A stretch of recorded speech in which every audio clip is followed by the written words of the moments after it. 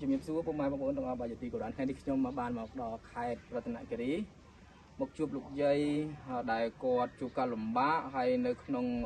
ខ្ទមអញ្ចឹងណាអ្នកមីងណាប៉ុន្តែឥឡូវគាត់មិននៅនេះវិញហើយបាទពីមុនគឺគាត់នៅនោះហើយឥឡូវនេះខ្ញុំមកជួបគាត់ហ្នឹងគឺមានន័យថាឆ្លោះគ្នាខ្ញុំមកជួបគាត់គឺគាត់ចេញទៅជាការបាត់ហើយមានន័យថាគាត់ទៅបេះស្លឹកតើយខ្លាយអីចឹងណាអ្នកមីងបាទដោយសារគាត់តនេគឺគាត់ត្រូវតែធ្វើកិច្ចការងារនេះក្នុងការដែលចិញ្ចឹមសត្វប្រឡត់គាត់អញ្ចឹងគឺអត់ជួបគាត់ខ្ញុំក៏បានបកគលជំនួយនេះទុកនៅនឹងត្រូវជំមិញអីបាទមិញរបស់គាត់ដើម្បីគាត់បានទទួលទៅហើយទុកនៅគាត់ទៅខ្ញុំអត់រងចាំគាត់ទេឮថាពេលខ្លះគាត់អញ្ជើញមកម៉ោង2 10អីឬក៏ម៉ោង1អីនេះតាមអ្នកមិញបងប្អូនចិត្តខាងនេះគាត់ប្រាប់អញ្ចឹងខ្ញុំអត់អាចនៅចាំបានអញ្ចឹងបកគលជំនួយនេះបាទដល់បាទអ្នកមីងទុកឲ្យគាត់ផងបាទហើយរួមថវិកានេះគឺបាន50000ដែរអរគុណហើយក្នុងនេះយើងក៏មិនភ្លេចម្ចាស់ជំនួយដែលបានចូលរួមជាមួយខ្ញុំទី1សូមអរគុណដល់បងស្រី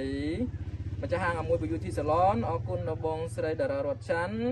បង Christina Hestron អរគុណបងតេយូខ្វាអរគុណបងស្រីអូនសុកក្នុងការដែលចូលរួមជាមួយខ្ញុំជួយពុកម៉ែបងប្អូនជួបការលំបាកឥឡូវជំនួយបានមកដល់ដៃគាត់ដែរអ្នកមីងមានឲ្យជូនពរបងប្អូនយើងបន្តិចលើមានជូនពរហ៎ជូនពរឲ្យសុខសប្បាយអញ្ចឹងណាចា